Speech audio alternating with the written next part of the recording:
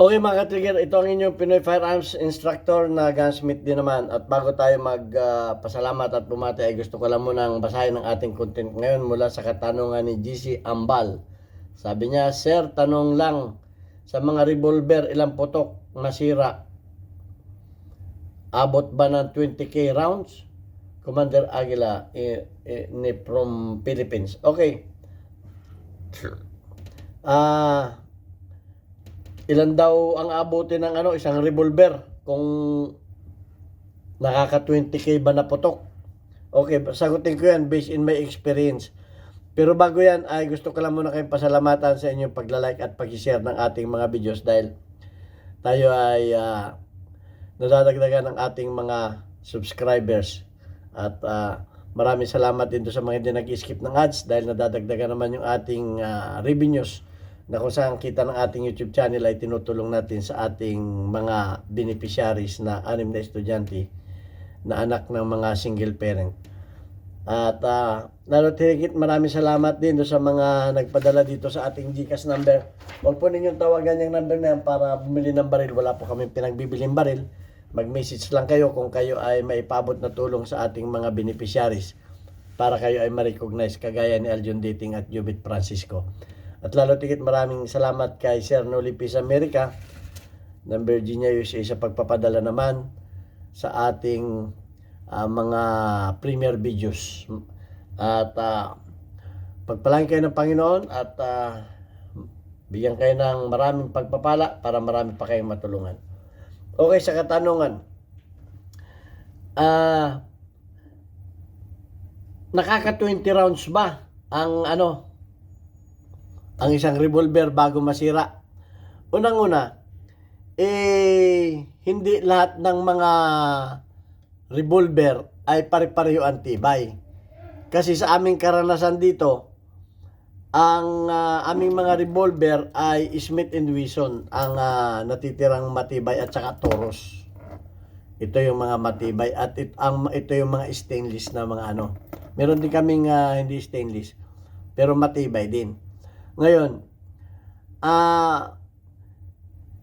ang baril parang kotse yan kung paano mo gamitin. Halimbawa, ang iyong baril ay ipinuputok mo lagi, ay hindi mo naman, tamad ka naman maglinis, ay di siyempre, madaling masira yan. Bakit kanyo? Pag hindi kayo naglilinis ng inyong, lalo kung kayo ay gumagamit ng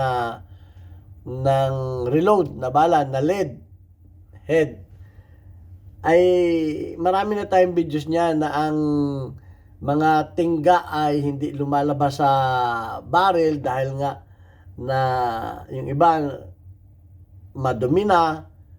Siyempre ang revolver may may side blast, may escape gas dito sa gilid, so nagbabara. So pag kayo ay hindi masipag maglinis ng revolver, doon madaling masira.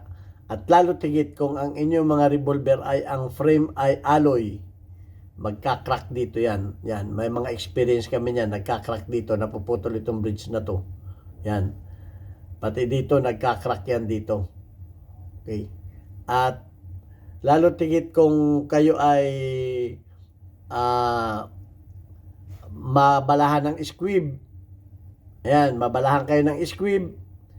Tapos ay ipinutok ulit ninyo, yan. May mga sumasabog pa. Ang isa pa dyan ay yung kung 38 ang inyong mga revolver, ang gagawin ng iba para mabalahan ng 357, pababarinahan ito para kumasya yung yung 357. Sabog ang inyong mga baril. Yun ang may mga sa akin yan, may mga nag-comment na ganun. Okay, kaya matibay pati ang aming mga revolver, puro 357. Wala kaming revolver, yung mga 38 namin ay madaling sumuko. Pero pag 357 ang baril mo, balahan mo ng 38, mas tatagal kasi mas matibay ang build ng 357.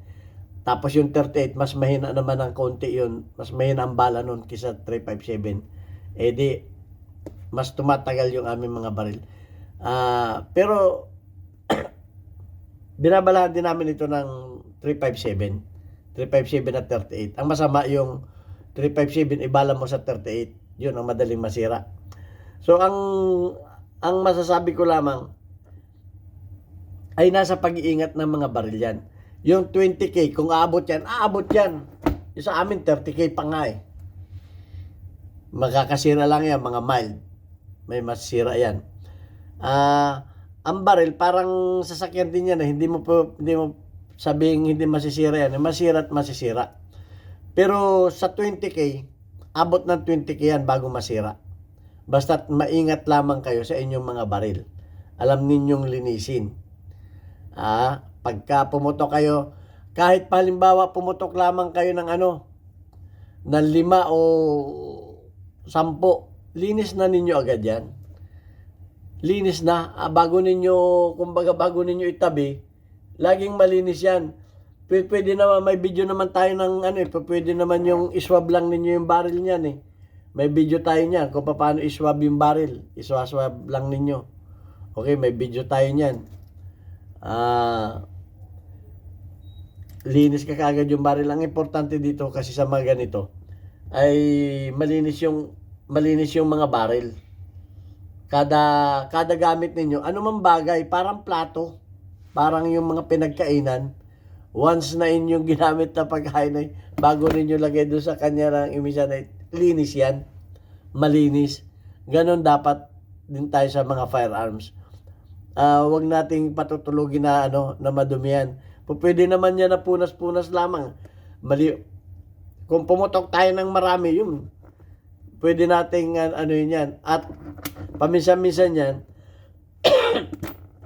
bubuksan din ninyo yung plate, cover plate, at titingnan ninyo yung loob kung may langis. Yan. Lalangisan ninyo yung loob nito kasi ang pyesa ng mga revolver ay puro moving parts yung nasa loob na yan.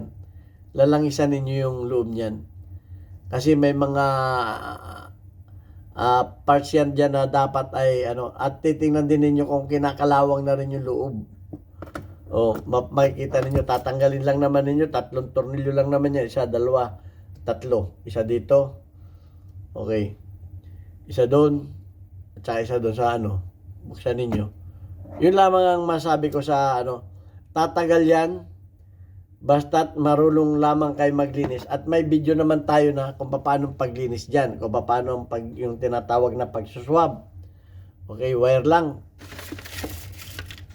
Wala tayo. Ganito lang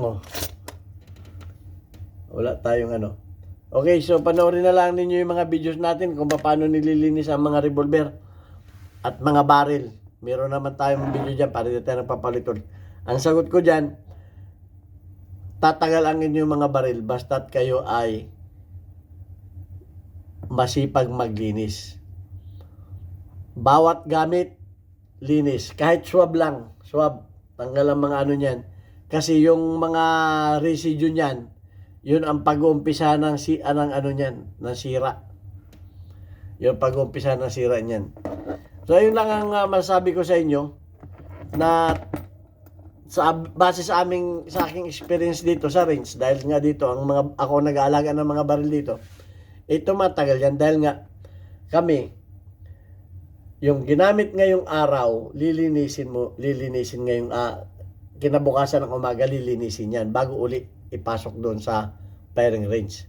Kumbaga 2 shift yan, may nililinis, may ginagamit doon.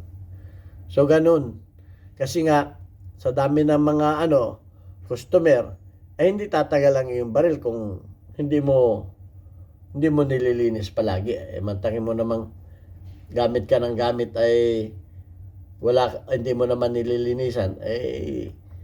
Lahat ng bagay, pag hindi mo nililinisan at hindi mo iningatan, ay madaling masira yan. Sasakyan man yan, damit man yan, sapatos man yan, o anumang gamit yan.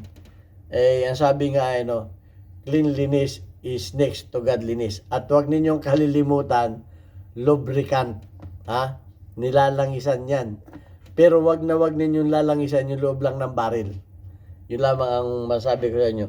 Wag ninyong lalangisan yung loob ng baril. Okay yan. At sana nasagot natin yung kasagutan ni GC Ambal. At lalo tigit, dapat ang inyong mga baril ay original. Pero kung yan ay mga paltik, ayun ang yun ang walang kasiguraduhan. Pag ang baril ninyo ay paltik, alam naman ninyo yung paltik ha. Sabihin naman ninyo yung pagtatanggol naman ninyo yung Danau. Iba yung paltik do sa Danau. Meron tayong Damcor. Okay, yung Danau Corporation na gumagawa ng original na mga baril. Original yun. Iba naman yung mga nababas tayo pagdating dyan sa mga Danau. Iba yung Danau na yari dun sa Damcor, Danau Corporation na mga original na mga baril. Iba yon. Iba naman yung mga paltik na ginawa doon sa mga tabi-tabi ng silong-silong ng mga bahay. Okay? Yung mga nagtatago ng paggagawa ng baril, illegal. Iba naman yun. Kaya hindi natin, kaya marami nagtatanong sa akin, Sir, matibay po ba yan? Paano natin masasabing matibay yan? Yung mga paltik na yan. Hindi naman natin kilala yung gumawa niyan.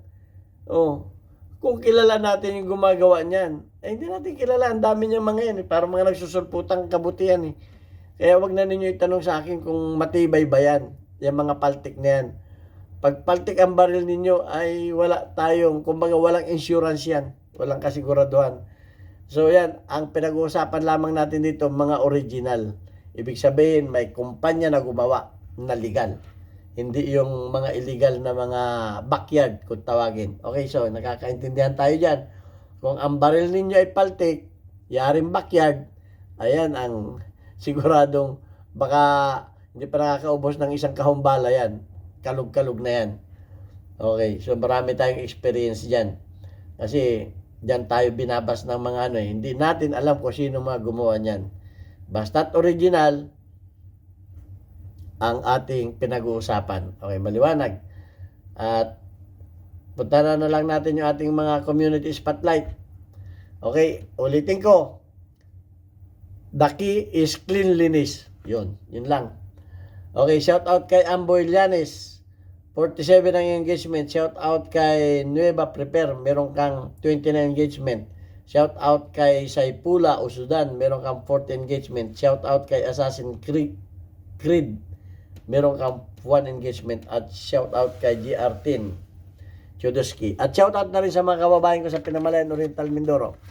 Bisitahin ninyo yung aming Papa Burger dyan sa akin dating machine shop. Alvarez Street, Pinamalayan Oriental Mindoro. Papa Burger kayo sa sarap. Sa halagang 40 pesos buy one take one. At marami pang pagkain na kayo o-order dyan. Maraming salamat sa inyo lahat.